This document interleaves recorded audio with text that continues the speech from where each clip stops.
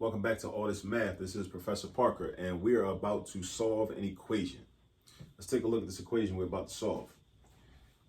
This equation says negative, don't forget the negative sign. Always say the word negative. If you're one of the people that sees a negative sign and don't say it out loud, become a person that says it out loud. Say the word negative out loud. Get into the habit of that. Negative 3/2 r is equal to negative 27/4. Negative 3/2 r is equal to negative 27/4. That's our equation. So we're looking for a value or a number that can be multiplied by negative 3/2 that will equal negative 27/4. Now off the break, I already know that r is going to be a positive. And the reason I know that is because I know the multiplication rules. Whenever you end up with a negative product, like this negative 27/4 over here, that means that you must have multiplied a negative by a positive or a positive by a negative. And this negative 3/2 is already negative. So that means that r has to be a positive value in order for that to be a true statement. So that's one thing I noticed. I just wanted to throw that out there, right? But at any rate, most people can't just look at this equation and figure out what r is, right? Most people can't do that, and that's fine. That's why we have steps that we can follow through algebra to lead us to the correct answer. So, what's our goal? Think about it like that. Our goal is to isolate this variable all by itself on the left side of the equation because it's already on the left side of the equation. So we want to keep it on the left side of the equation. But we need to get it by itself. Right now, it's not by itself because of its coefficient. Its coefficient is negative 3/2. This negative 3/2 is in the way. We got to get rid of it. It's got to go. Now the question is, how do I get it out of here? How do I get rid of it? How do I get rid of negative 3/2? All right. The way you get rid of negative 3/2. All right. Now bear with me, right? Because this is going to be a lot. Well, not a whole lot, but it's going to be something to think about. You always ask yourself, what operation is that thing I'm trying to get rid of involved in? So if I'm trying to get rid of negative 3/2, I got to look at the paper and say, well, or look at the board in this case and say, well, what is negative 3/2 doing mathematically? Is it adding? Is it subtracting? Is it multiplying? Is it dividing? What is it doing? This negative 3/2 is being multiplied by r. That's multiplication because it's adjacent to it. Or a word that you might see in a math textbook, they're juxtaposed. They're juxtaposed, right?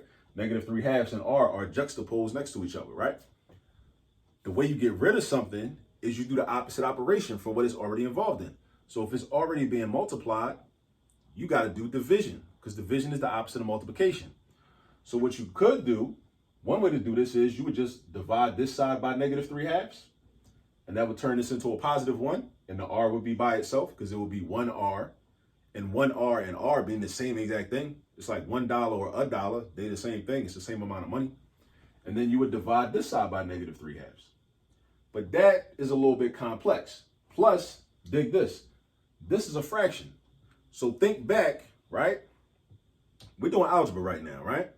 You probably already learned, or at least were exposed to, how to divide fractions.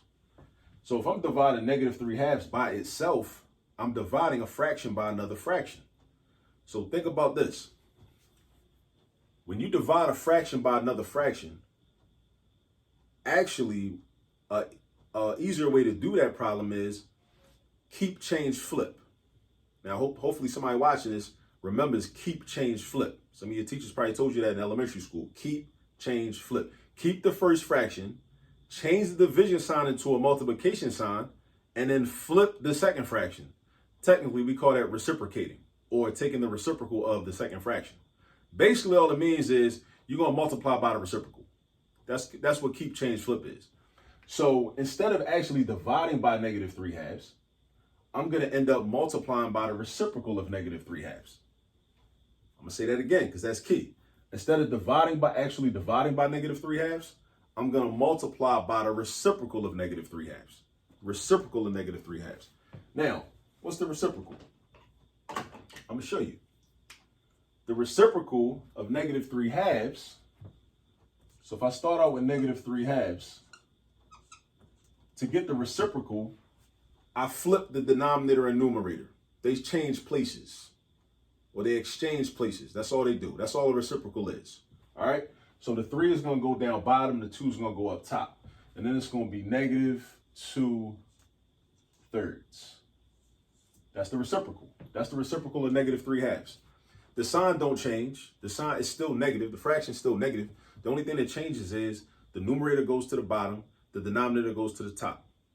That's all that happens. Just like bunk beds. If two brothers share bunk beds, they decide they want to switch spots. The brother that's on the top bunk, he go down to the bottom bunk. The brother that's on the bottom bunk goes up to the top bunk.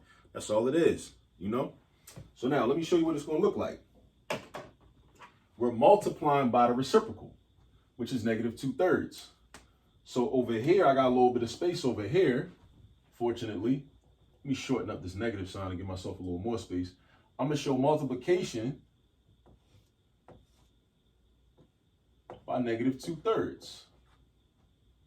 And then what I'm going to do is, in order to make this look like multiplication, because actually this looks like I'm trying to subtract, so I need to put this in parentheses also. All right, so I'm going to multiply negative 2/3 times negative 3/2. And why am I doing this? Always know why you're doing what you're doing when you're doing any step in mathematics. We're doing this so that we can isolate r by itself. Because once I multiply any number, any fraction by its reciprocal, any whole number, any fraction, whatever, the product is always going to be 1. The product is always going to be 1. That's part of the definition of a reciprocal. It gives you a product of 1, right? So negative 2/3 times negative 3/2 gives you 1. And then you have 1r. 1r. 1r is the same thing as r. So I got my r on the left side and I got my equal sign. Now, because this is an equation and we're doing mathematics and we're dealing with balance, or we're dealing with Mayat, which deals with balance, whatever we do on the left-hand side, we also need to do on the right-hand side. So if I multiply by negative 2/3 on the left-hand side, I also need to multiply by negative 2/3 on the right-hand side. And these are the rules of algebra that you just got to remember. And this is why it's key to practice. It's key to do a lot of problems. Even if your teacher assigns you 10 problems for homework, I suggest you do more than that. Do 12, do 15. Don't do the minimum. Do the most. I'm trying to tell you, because this is how you really learn. Because you get into the habit, you develop what's called mathematical muscle memory. That's what you want. You want mathematical muscle memory, just like when you're playing sports. When you're playing sports, when you get good at it, you develop your muscle memory. You don't think about, the different things you do when you're playing a sport, whether it's football, basketball, baseball, whatever, when you're running track, whatever, right? You don't think about it. You just do it from muscle memory. So with math, when you do enough problems, you end up developing muscle memory and you just do it. You just automatically know, okay, well, if I multiply by negative 2/3 on the left-hand side, I also got to multiply by negative 2/3 on the right-hand side. And you just know it. All right, so let's do that. So over here, I'm going to have times negative 2/3. Now this over here, the product of this was 1, because that's what happens whenever you multiply any number by its reciprocal. Your product will always be 1. And that was the purpose of doing that. Like that's like a trick. You do that on purpose because we're trying to get r by itself. So we fulfilled our purpose. That's what we wanted to do. But we also got to do it over here. So look, you got to know how to multiply fractions, right? You got negative 27/4 times negative 2/3. Okay. Now I'm looking at these numbers in their diagonal relationship, and I see that I can cross cancel. Now, if you're not familiar with cross canceling, I got another video on the channel also about cross canceling. Actually, I got a few of them, right, about cross canceling. Okay, if you need more of a refresher on that. Now, with cross canceling means I look at the numbers that are diagonal from each other, so this numerator and this denominator, and I ask myself, do they have a common factor? And if they do, I can divide by that common factor and make those numbers smaller, the 27 and the 3 in this case. So what is the common factor of 27 and 3? It's 3, because 27 divided by 3 gives me a whole number, and 3 divided by 3 gives me a whole number. 27 divided by 3 is 9. So that means that I could change this 27 into a 9. And 3 divided by 3 gives me 1. So I could change this 3 into a 1. Then I look at this diagonal. I look at this numerator and this denominator. I got a 2 and a 4. A 2 and a 4, right? So ask yourself, what's the factor? What's the common factor of 2 and 4? It's 2. It's 2. So we're going to divide 2 by 2. This gives me 1. Then we're going to divide 4 by 2, which gives me 2, right? Now I multiply. See, the purpose of cross canceling is just to make your numbers smaller. So when you do your multiplication, you shouldn't have to reduce the product of the which is a fraction that you get at the end, right? Because you've basically, by cross canceling, you've already done your reducing or done your reduction, whatever you want to call it. So now I'm doing 9 times 1, which is 9, and 2 times 1, which is 2, right? So I got R equals 9 halves. R is equal to 9 halves. Now, something to think about. How do I know that this should be positive? It should be positive because we're multiplying a negative fraction times another negative fraction. And whenever, these are rules of multiplication, whenever you multiply a negative by a negative, your product is always positive. Your product is always positive. So no matter what the numbers are, the numbers can be anything. But if you multiply a negative number by another negative number, your product is always positive. So R is equal to 9 halves, right? But I wouldn't stop right there. I wouldn't stop right there because I want you to get into the habit of always checking your answers. Always check your answers. That's the way to empower yourself. So that way you don't have to be reliant on a teacher to give you validation and tell you that your answer was right or wrong, right? So you don't got to sit in class, do a problem, and then sit there nervous like, oh, I don't know if it's right. I don't know if it's right. No, check your work. So you'll know if it's right because you checked it. All right. Now let's check this. So the way we check it is we go back to the original equation and we substitute in our solution because we had an R at first, but now we're saying that R is equal to 9 halves. So that means that R is the same thing as 9 halves. So that means that I should be able to replace R with 9 halves. And this math over here, once I multiply this fraction by this fraction, my product should be this original fraction. Let's see what happens. So let's see. I'm checking this. Negative 3 halves times 9 halves is equal to negative 27 fourths. That's what we're trying to say, right? So we're trying to say that negative 3 halves times 9 halves is equal to negative 27 fourths. You know what this is like? This is like when, you know, somebody say something, somebody tell you something, and somebody else don't believe them. And then you're like, oh, okay, watch. We about to go ask this other person that was there and see what they say, right?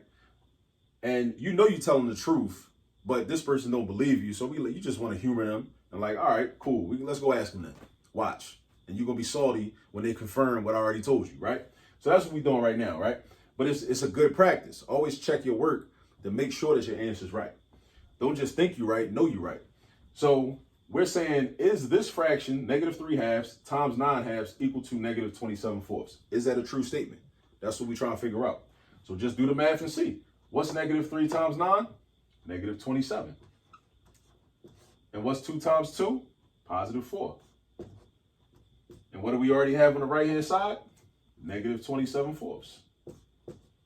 Negative 27 fourths. Another thing I want to point out real quick. So because this is a true statement, that is proof that this is a correct answer. That's proof that R equals 9 halves. That's official. All right. Another thing I want to point out real quick is that look where I put the negative sign. And look where I put it up here. See, the negative sign is next to the 3. It could have also been adjacent to the fraction bar, right? If it's adjacent to the fraction bar, that means the whole fraction is negative. But it also means the same thing if the numerator is negative. Or I could have put the negative sign next to the denominator. As long as one of those numbers is negative, that makes the whole fraction negative.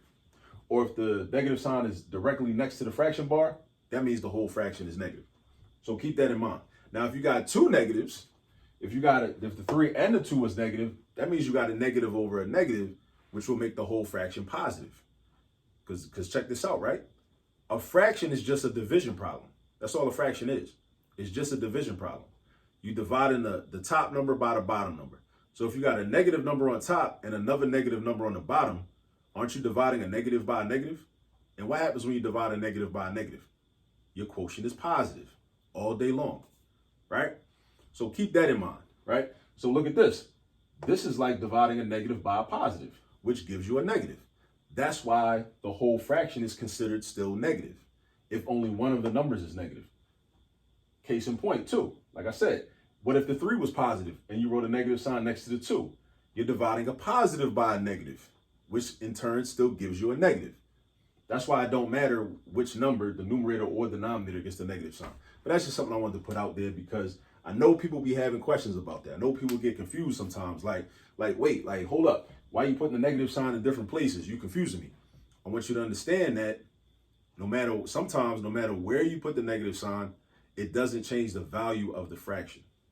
It doesn't change the value of the fraction. If you have a negative fraction, you can either put the negative sign next to the numerator or you could put it next to the denominator, or you could put it directly next to the fraction bar. And the entire fraction will still be a negative fraction. All right, so just keep that in mind. I think I'm gonna do another separate video just on that. A quick little video where I just chop it up and just talk about that in great detail, but in its own video. Talk about it, run through that for like maybe 4 or 5 minutes. Because that's one of the things that has plagued people over the years, and I've seen it a lot in my career. But as I always say, I've shown you how to do this now. Now it's your responsibility to go practice. That's how you really learn. Go practice. All right.